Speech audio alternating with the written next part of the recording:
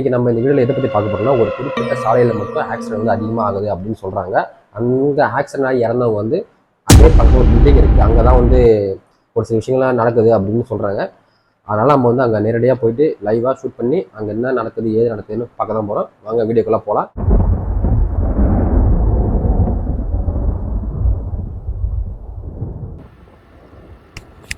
இந்த இடம் தாங்க ஒரு வருஷத்துக்கு மினிமம் 10 ஆக்சிடென்ட் 15 ஆக்சிடென்ட் கிட்ட கண்டிப்பாக நடந்துடும். அதாவது ஒரு மாதத்துக்கு 2 ஆக்சிடென்ட். ஏன்னா இங்கே வந்து லைட் வெளிச்சம் அதிகமாக இல்லாதால அதிகமாக வந்து ஆக்சிடென்ட் ஆகும்னு சொல்கிறாங்க. கடலூர் விழுப்புரம் போகிற சைடு தாங்க இந்த ரோடு அமைஞ்சிருக்கு. இந்த ரோட்டில் தான் நிறைய விஷயங்களுக்கு நடந்துன்னு சொல்கிறாங்க. நீங்களே பாருங்கள், ஃபுல்லாக இருட்டாக இருக்குது. நம்ம இருக்கிற இடம் வந்து இப்போ அதிகமாக ஆக்சிடென்ட் இங்கே தான் வந்து ஆகும். அதனால் வந்து நம்ம இங்கே வந்து ஒரு 10-11 மணிக்கு மேலே யாருமே வீட்டு விட்டு, அதாவது இந்த சைடு யாரும் போக மாட்டாங்க. ஒரு 8 மணி மேலே தான் இந்த சைடு வந்து அதிகமாக வண்டிலாம் போகும். இருந்தாலும் வேலையை விட்டு போகிறவங்க மட்டும் தான் இந்த சைடு வந்து அதிகமாக போவாங்கன்னு சொல்கிறாங்க. மற்றபடி மக்கள், இந்த ஊர் மக்கள் யாருமே இந்த சைடு அதிகமாக போக மாட்டாங்க. ஏன்னா அதிகமாக ஆக்சிடென்ட், அதிகமாக பேய்கள் வந்து நடமாற இடமும் இந்த இடம் தான் சொல்கிறாங்க. இந்த நைட்டில் அந்தளவுக்கு உங்களுக்கு கிளியராக தெரில. நான் உங்களுக்கு வேறு வீடியோ ஷூட் பண்ணி காட்டுறேன், அதில் அழகாக தெரியும் பாருங்க.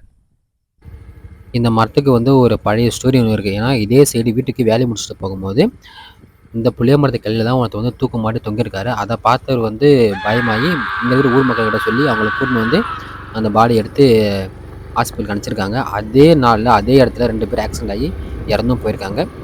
நான் உங்களுக்கு வீடியோ ஸ்டார்டிங்கில் 2 இடத்த காமிக்கிறேன் அப்படின்னு சொல்லியிருப்பேன். ஃபஸ்ட்டு இடத்த நம்ம பார்த்தாச்சு, 2வது இடத்த நம்ம இப்போ பார்க்க போகிறோம். நம்ம வண்டியில் லைட்டாக பெட்ரோல் போட்டுன்னு நம்ம அடுத்த ஸ்பாட்டுக்கு போயிடலாம்.